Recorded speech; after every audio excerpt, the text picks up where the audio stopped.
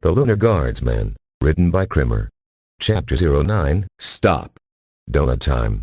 Will you freaking stop nibbling on my neck? I crave the taste of the blood. Pinkie Pie cried out, her tongue running over her chops. She raised her hoop dramatically, reaching for the sky beyond the ceiling. I must feed my cursed, unending hunger, she announced grimly. She swiftly lowered her hoop back down and leaned backwards so she could look Rigdon in the eyes. And I'm not nibbling. I'm piercing your neck with my vampire fangs. Rigdon pushed her on the table in front of him and leaned to his left, inspecting the bite on his reflection on the shop's window. Outside, the young colt that was watching him in fascination jumped back at the sudden movement. You damn well gave me a hickey. I've told you, you can't be a vampire, little pink, 'cause I'm none one. You are just incredibly weird. It's a completely different kind of curse, and I'm the one suffering the effects. Pinkie Pie crossed her forelegs like Rigdon often did. Then why do I feel an overwhelming urge to feast on something red and squishy, huh?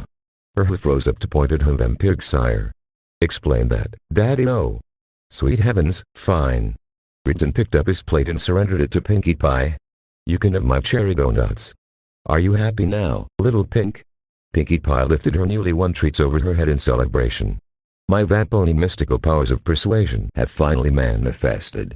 I'm gonna rule the night, dance in the moonlight, and drink the blood of Pinkie promise-breaking ponies. Pinkie Pie slithered to her seat next to Rigdon, already taking her first taste of her conquest. I have already laid claim on the first part, Pinkie Pie, Luna monotoned from her place on the other side of Rigdon, but you can go forth with the other two, she emboldened the pink pony. Rigdon hit the table with his fist. Damn it, I've told you all, don't encourage her. She wanted me to file her teeth to canines yesterday. I'm the one who has to put up with her adorable madness. He briefly tousled Pinkie's mane before waving his arm towards the counter, but Donut Joe was too busy with another client to pay him notice.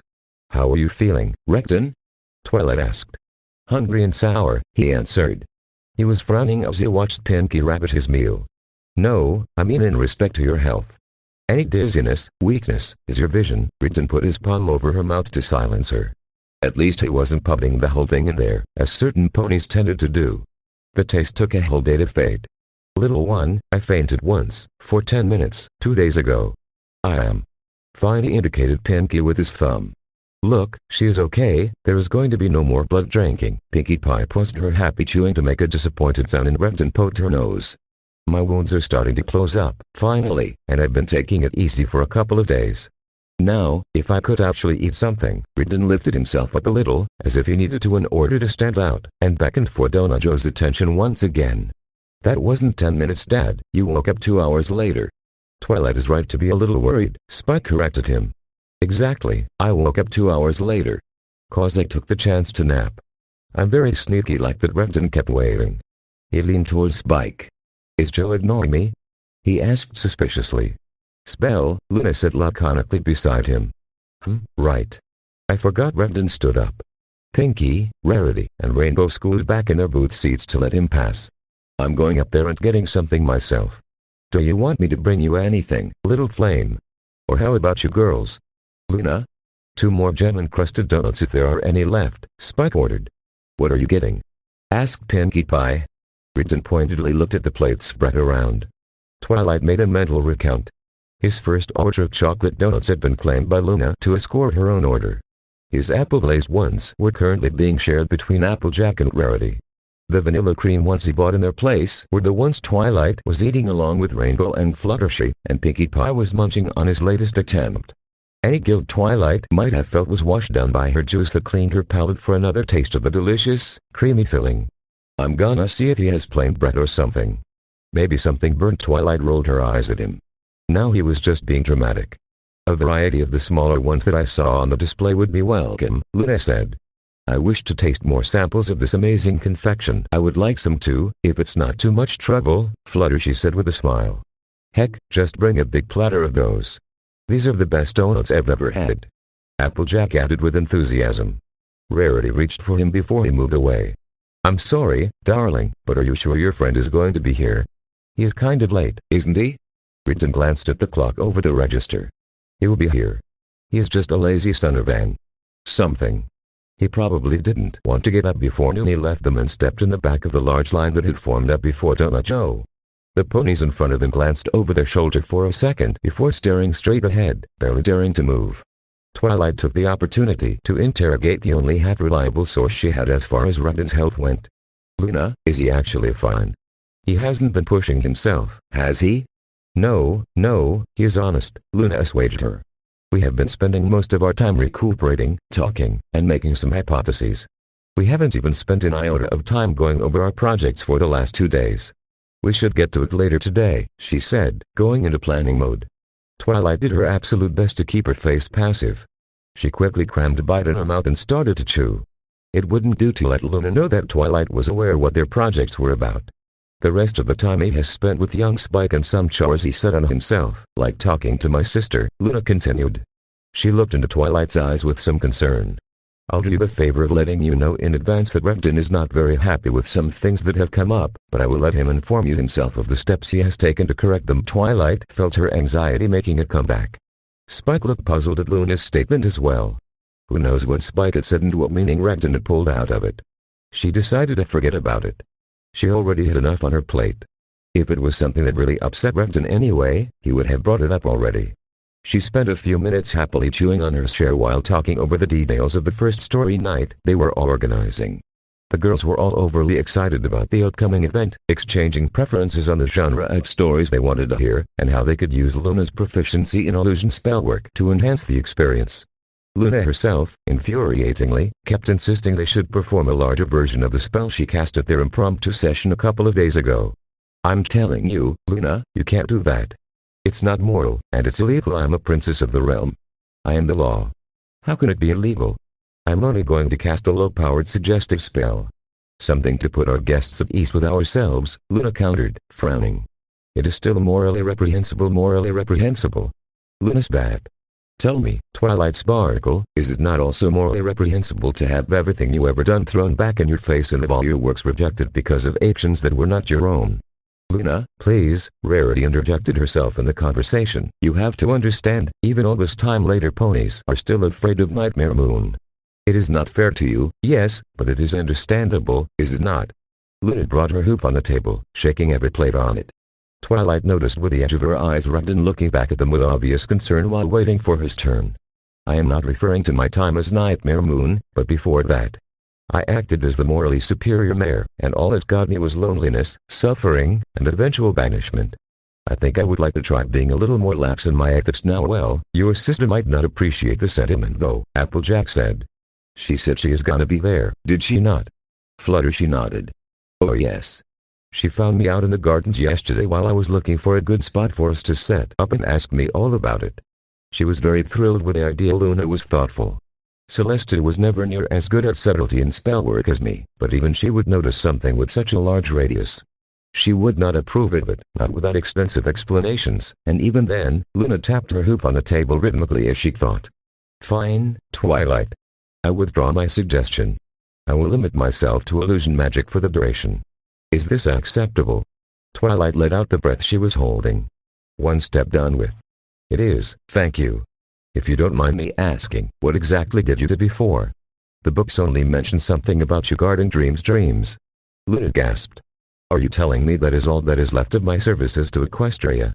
That was just a pastime, or a hobby, you could say. I was keeping the dreams of fools free of nightmares, especially those that had gone through tragic experiences. Rainbow Dash pulled back the hooves she was keeping protectively around her plate to keep Pinkie Pie from accessing her booty. You can actually see Pony's dreams. Have you seen mine? She asked with evident rising stress. I can, yes. It is a conscious choice, however. I do not know what you dream of unless I specifically attempt to find out, Luna explained. I was never very good at helping the fools anyway. All I could offer was a short reprieve and a few words of advice made up on the spot that could hopefully help them. Of course, some of them tended to have nightmares of me afterwards. This is all very interesting, Luna, but you still haven't told us. What were you actually tasked with doing? Rarity prompted. Luna turned her gaze to the sunlit streets outside. Twilight was fascinated by the effect that Luna seemed to have on her surroundings. While they were all bathing in the sun rays coming through the large window, Luna seemed to always find a place with shadows to stand. Or the shadows seemed to find her. Even her reflection on the glass was extraordinary. While Twilight could barely see her own, Luna's was mirrored perfectly on the glass as if it was dark outside. Maybe we should save this for the event you are planning. These are not stories that should be told under the sun, Luna said sadly. Twilight tried to shake off the effects of this morose statement. Alright. Let's talk security then. Shining Armor has 5 or 6 guards in mind that he is absolutely certain will be no problem for us at all, only that few. Luna asked. We don't want to make ponies think there is gonna be trouble of something like this. Shining will be there too. Besides, for some peculiar reason, I don't think you or Regden would trust to have much more than that around, Luna smirked. True. I insist however that Regden keeps on his armor as well as his weapons. That might not be the best choice, Fluttershy cautioned. The little colts and fillies might get scared, Tough, Luna said with a shrug. We are endangering his life enough by having him stand in place for hours at an event ponies will know he will be at beforehand. Without his armor, all it will take is even a simple rock thrown at his head with enough force to kill him. Luna stared Twilight down.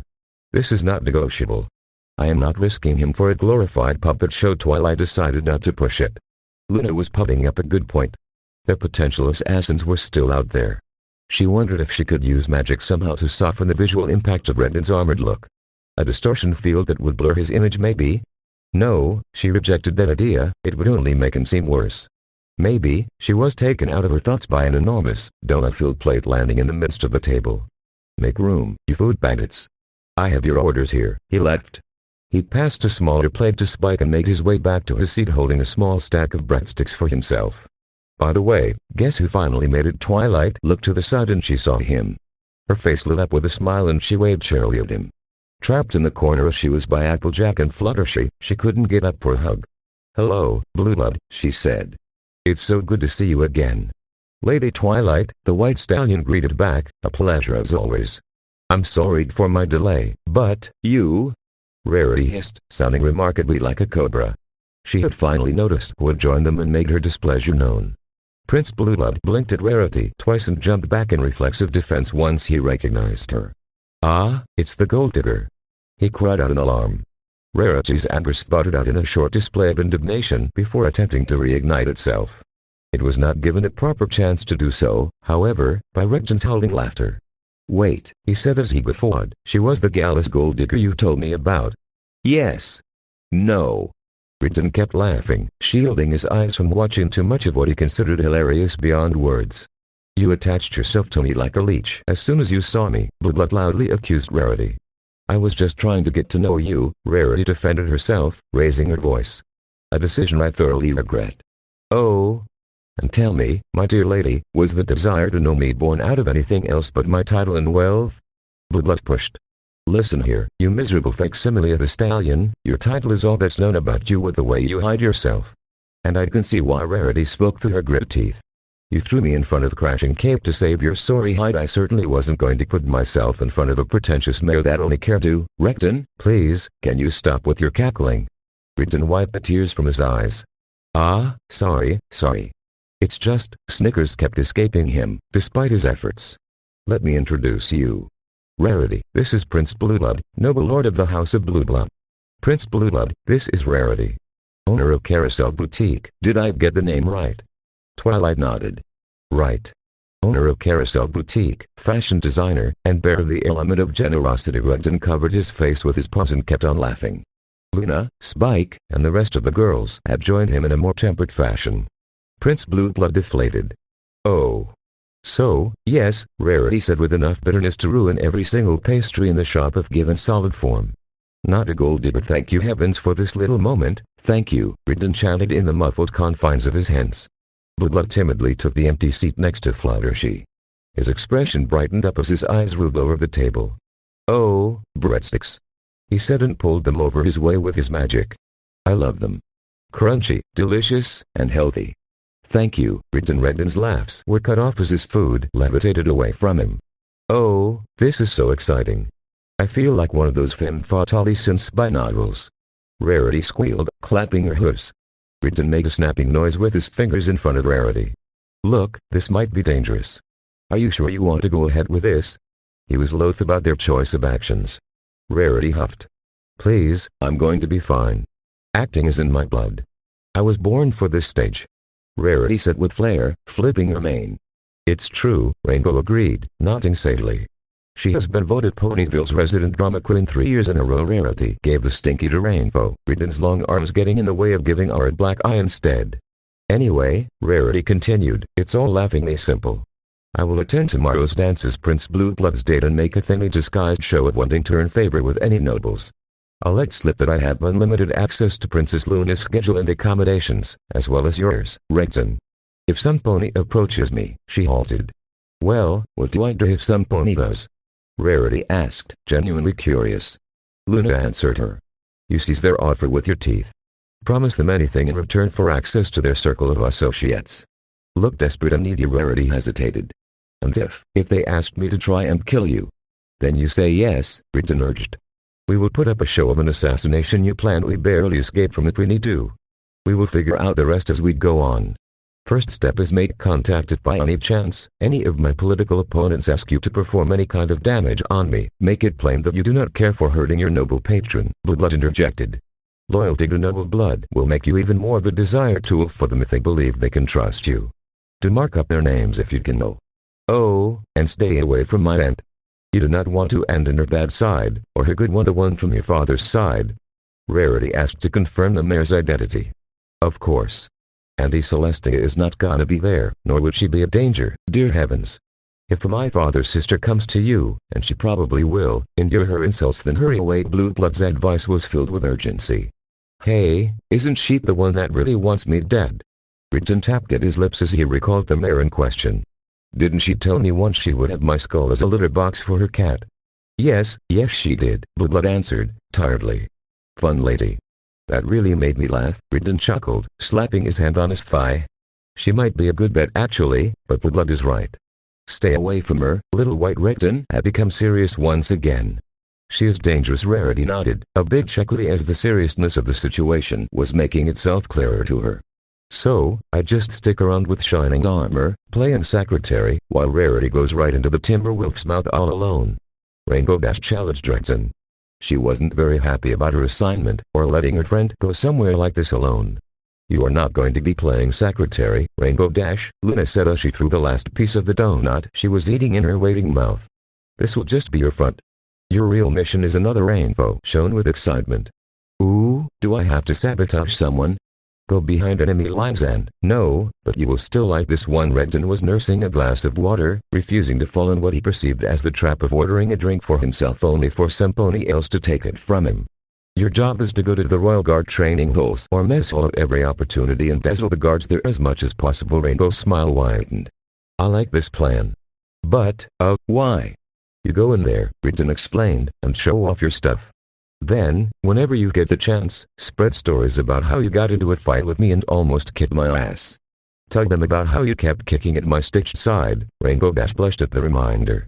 We want to know which one's advocating for me, or Luna. Make a good show out of not trusting me in particular. We can't give you explicit directions because we have none. You will have to feel your way around. Look for opportunities to dig deeper. Recton winked at Rainbow.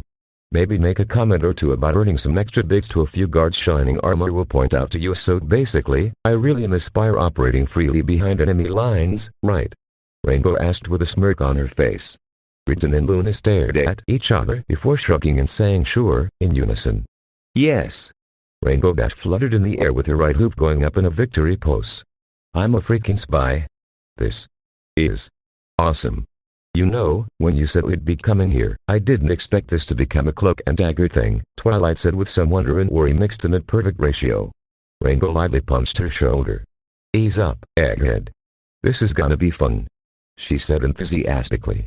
Twilight shook her head in exasperation. Rarity and Rainbow were treating this like a storybook plot, but there were ponies out there that were actually planning regicide. If they got wind of them, who knew what they would do? Spike lifted his arm to ask a question. Rarity and Rainbow aren't going to actually be in danger, will they? Luna shook her head. We don't believe so. We will be keeping an eye on them, however. Do not fret, young Drake. Shining Armor is aware of their assignments, as is my sister. Twilight's mouth popped open. Recton and Luna, the Don't Tell Celestia duo, the keepers of secrets, the pair that could stand in front of a burning building in an attempt to hide it while stating that the day was just a tactile and insist nothing was going on, did that. You actually spoke to Princess Celestia about this? I thought you were dead set against it. Recton refilled his glass from a pitcher. We couldn't very well endanger your friends, no matter how willing they are, without taking some measures for their safety, could we? He took a quick sip. Have you talked to her about? Twilight nodded her head towards Luna, who raised a questioning eyebrow at her. Yeah. Rigdon slumped in his seat, looking defeated. He reminded Twilight of the cold acting sour because things did not go his way. I apologized to her first, like I told you I'd do. The old coot had me grovel at her feet at one point, but whatever, she has the right to do way more than that 1,000 times over.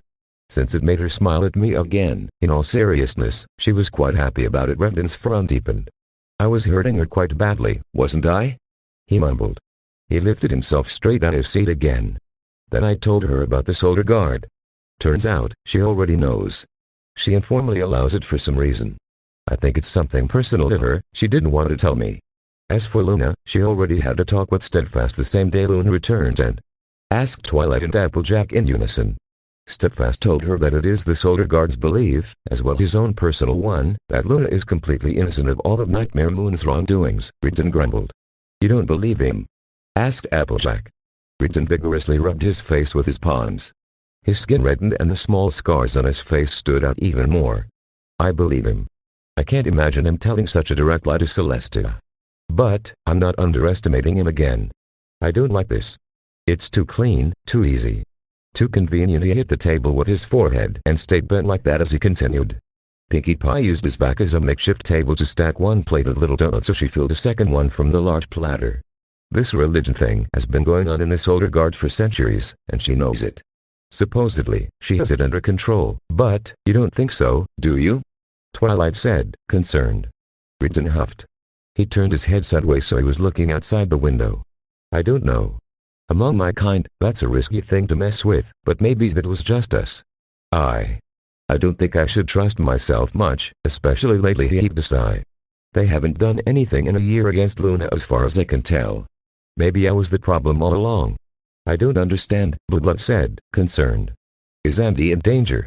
I don't understand, Bloodblood said, concerned. Is Andy in danger? Who knows?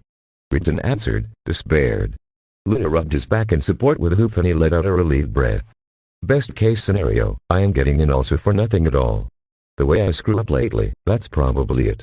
Worst case, we can't do anything immediate without setting things off. I'm not taking the chance. I'll let things lie for now rather than making up another stupid mess. We have too much on us to handle as it is. Like little Pink's plate on my back. Could you? Sorry Dad, I'm just done. Pinkie giggled. And anyway, I need to be careful, Rigdon continued.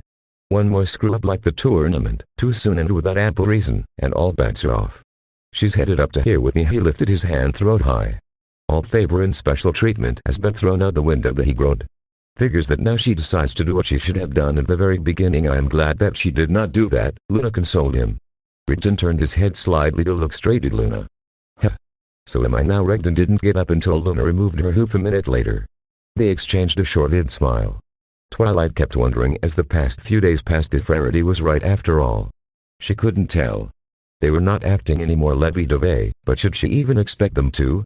On the other hoof, they seemed so much at complete ease with each other. She had seen Luna casually use Rigdon as a seat, or just nonchalantly pull his hand over to act as a paperweight, and he wouldn't even act as if he noticed. He would do the same, leaning on her, or anchoring his elbow on her.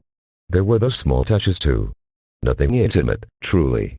Just, every now and then one of them would reach out for the other, as if making sure of their presence. But Rigdon always had been the physical type. So this could be just that. Or not. How the hey did you ask Sempona you saw as a partial parent if they were lovers with one of the reigning Darks anyway? She furiously scratched her metaphorical tongue with a metaphorical hoof. She turned her attention back to the table just in time to see Prince Blueblood passing a batch of documents to Rigdon. What are those? She asked. Ooh, did you manage to get some background info on potential suspects? Twilight herself was certainly tired of beating around the bushes in the dark. Rigdon raised an eyebrow and chuckled. We have potential suspects. I certainly didn't know that. No, little one, these are bank documents. Rarity gently put down her coffee cup. What are these for, if I may ask? These are for all of you. Here you go. Rigdon passed a single page to every one of Twilight's friends. Twilight got to. She scanned the first document. It was basically a long-winded receipt of a bank transfer. Her own account had just been enriched with 5,000 bits. That was quite a hefty sum. Wait, what the F? You're paying us? Rainbow Dash cried out in surprise. Rigdon shook his finger at her. Luna's idea. We are reimbursing you. You are all losing business and income while staying here to give us a hand. I think this will do short term. Unless you disagree. Actually, I do, Applejack said coldly. This here is too much. None of us makes even close to this much in a month. And I don't take money for helping friends, big fella shame. You are gonna have a problem then, cause we won't take them back. Recton was stern and decisive. Twilight got busy with the second document she was given, but still paid attention to them. I don't care what you do with the money. It's yours. You left your farm behind 4 days now and we have no idea how much longer we're going to need you. Have your brother hire some help while you are gone, or give them to charity if you prefer. He works himself to exhaustion. It's done and over with. Applejack turned to Prince Blueblum. I'm terribly sorry, but I can't accept this. You will have to take your bits back, she told him with a tone that made it clear she would not accept no for an answer. I'm sorry, Miss Applejack, but you seem to be assuming you are given this sum from my own personal fortune. I only arranged the transfer. The money belonged to Recton. Good luck butting heads with him, Blueblood said with a dashing smile as he left them stunned. Blueblood picked himself off his seat. And with that, my business here is complete. By your grace, Princess Luna. Miss Rarity, I'll have some pony pick you up from the castle tomorrow at 8. Recton, good luck. Au revoir. The little bell over the door was barely loud enough to hear in the inn of the Filled Donut store, but to every pony, except Recton and Luna, it sounded like thunder. You have. Rainbow paused to glance at every pony else's papers and calculate quickly. 30,000 bits to pass around. Where did you get that much money? Recton shrugged. Poker? I have way more than that. I gave Twilight 50,000 bits. Twilight gasped loudly. She counted the zeros one by one very carefully. She rubbed the print in a daze to make sure it wasn't just excess ink. What for? Recton ponderously pointed at Spike. Spike looked down at his chest as if expecting to see some pony else occupying his space. He pointed at himself with a claw dubiously. Me. Spike sleeps in a basket in your room back in Ponyville, doesn't he? Recton asked. Yes, but it's because we don't have that much space. There's only one bedroom, Recton interrupted Twilight. When you get back, you'll hire some construction workers and to them add an extra room for my little flame. It can't be that hard to do. It's basically a treehouse from what I understand, he said with some distaste. Yes, but this is way too much, Twilight said, remorseful. She always meant to do something about Spike's living space, but her salary wasn't that great and ponies didn't really flock to the library. She had managed to save a few bits, but still needed a lot more. Recton's offer was outstandingly more than what she needed for the construction. He is going to need furniture too, like a proper bed, and things a kid of his age wants to have in his room. Spike's eyes sparkled as he imagined a brand new room just for himself. She couldn't blame him. He had resorted to using the space under her bed as storage for some of his things, like his comics. There will still be plenty left. Recton hit his thigh with his palm, making a loud slapping noise. What's left, you use? There must be a lot of stuff you want, things you need to repair, or replace, aren't there? Twilight nodded reluctantly. Her own mattress wasn't in the best of states, and some new kitchenware wouldn't go amiss. The stairs creaked too much for her liking too. Especially the third step from the top. She was afraid that one day her hoof would go through it and end up coming down the stairs head first. The library was old and hadn't been properly maintained for a long time until she came along. With this many bits she could basically rebuild it all the way from top to bottom, actually making a proper home out of it rather than just a couple of rooms at the second floor. Her breath was hitching. She didn't expect something like this, but she should have. Recton endangered himself daily acting as Luna's sole shield, or by his own troubles, and he still spared the time to make sure that Spike and her were comfortable back in Ponyville, no matter what. It's settled then. You either take the money, or I come down there and fix everything myself with my own hands. Recton was completely serious. His forehead briefly furrowed in thought before he made his decision. If this all goes well, I'm coming to Ponyville for a visit anyway. I'm gonna make sure. Hey now. Twilight and Spike had gone over the table at the exact same time to hug their dad. Twilight waved through the store window at the pair that headed back to the castle. She noticed that every pony in the street gave them a wide berth. If it was Princess Celeste out there, ponies would either rush around her, or bow down until she passed. None of this happened with Luna. The Aladrin gave a simple nod back to the girls that were waving them goodbye from the other side of the window, and Recton gave a short wave before discreetly turning his attention to constantly checking his surroundings as they walked on.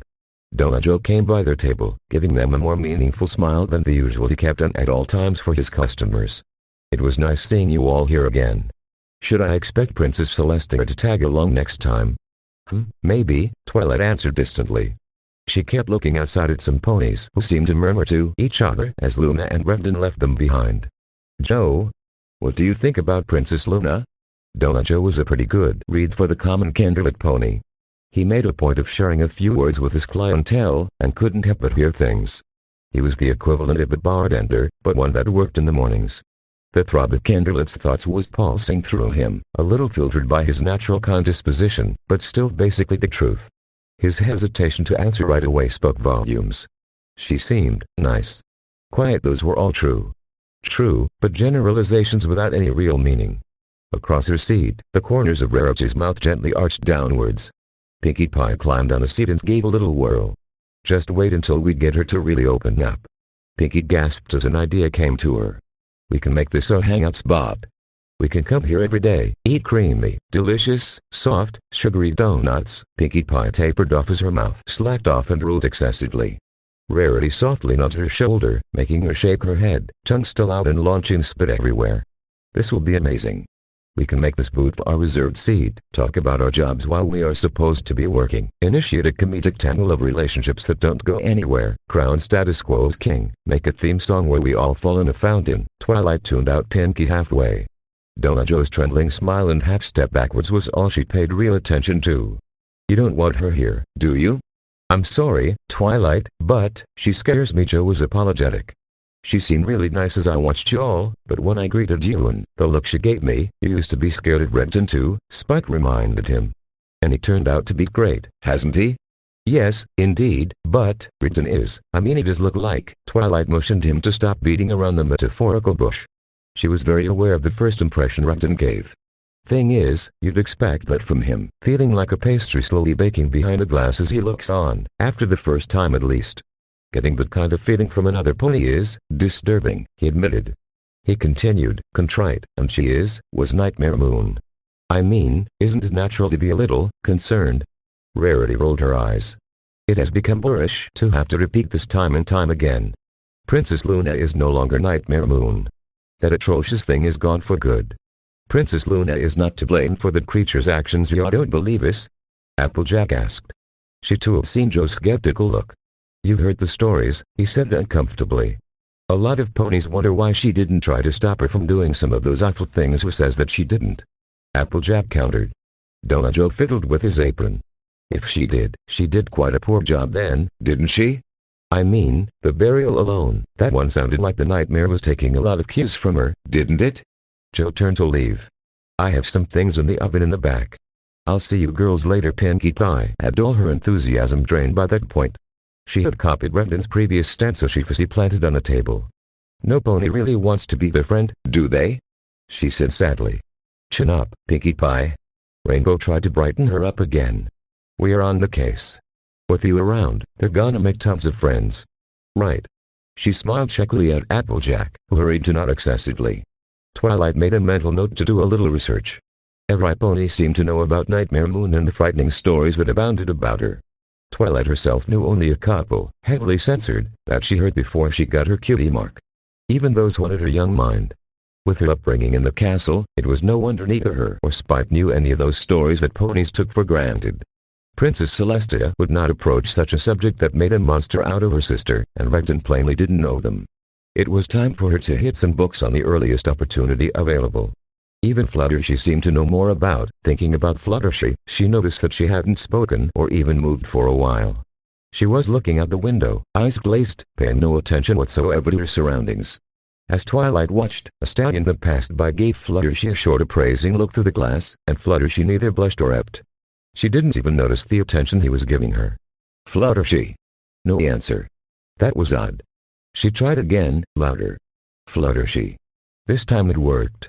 Fluttershy blinked rapidly, before turning our attention to Twilight. Oh, sorry. I was 1,000 miles away there, she apologized softly. What were you thinking about? Twilight asked curiously. It was not like Fluttershy to zone out like that. Oh, I was just thinking about Brendan's story, she continued bashfully, and about the little gardener. Twilight, she asked in hesitation, there were others in the story, right? Proper heroes? Well, in the full story, yes. There are a lot of characters. There's a wise wizard, warriors, kings, and descendants of ancient bloodlines. Twilight listed off some of the heroic characters in the tale. And they are the true heroes, aren't they? I mean, not that the little gardener wasn't brave enough himself, but it's them that save the world, right? No, not really, Twilight explained further. Everything the other characters do is just a distraction at the end. It's the little gardener and his friend who save the world. There is this person, who at the end becomes the king of the world's greatest city. He is noble, kind, strong, and wise, the greatest of his kind, and the first thing he does as the king is kneel before the little gardener and his friends. Twilight, don't spoil it. Spike complained. But the little gardener was scared.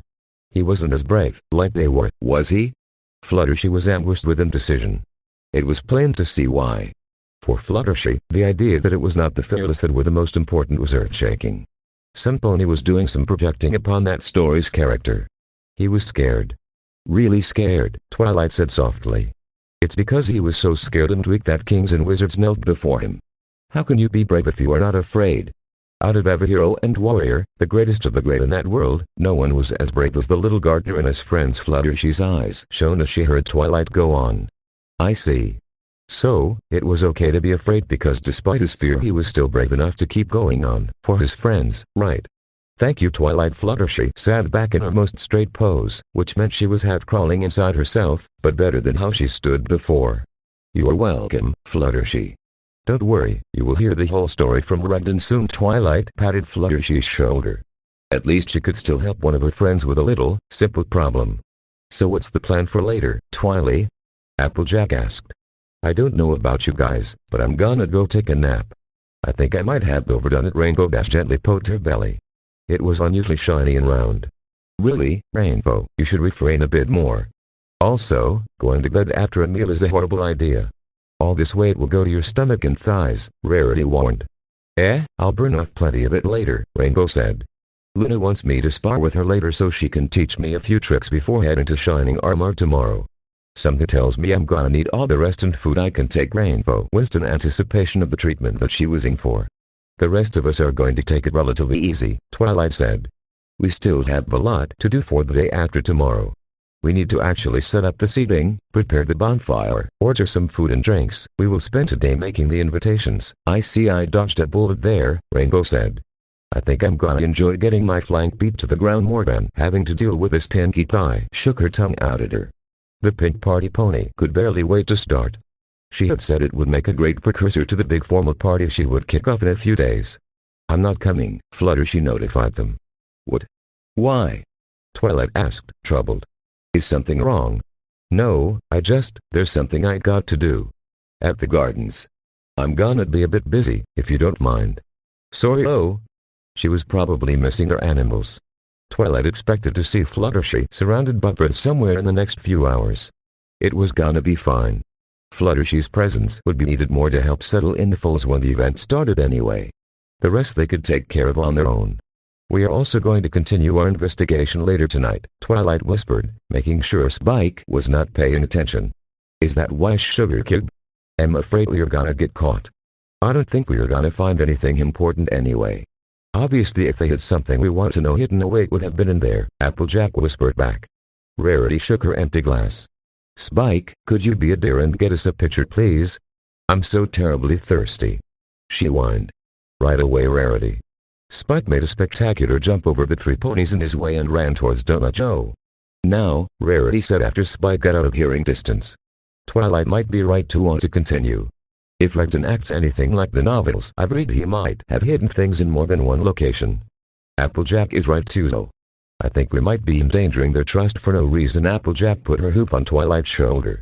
Twilight, is this even about trying to discover if they are really holding something back, or are we doing this because you want to find out Ragdan's secrets? This is about finding out their secrets, Applejack. If they get into trouble, I don't mean that and you know it. I think you want to go ahead with this because you are tired of being kept in the dark as far as your stepdog goes. Okay, knowing they are making all that stuff was good to know, but ultimately it doesn't really help us out with anything, right? Applejack is right, Twilight. Not only is this a waste of time, but we are risking the headhold we have gained with them, Rarity said. Let's focus on what we are trying to achieve here, shall we? Twilight shook Applejack's hoof with her. We are gonna be fine. We got in their secret armory and didn't get caught, right? Trust me, this is going to go just fine, she assured them. They know.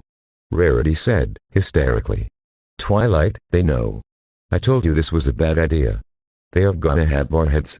He is gonna, her eyes flicked towards the grisly trophy that Twilight kept in a pouch. He is gonna have war horns. She hissed in terror. The heavy door behind them shook the room with a vibrating, clanging sound as it was forcefully shut. If you guys are enjoying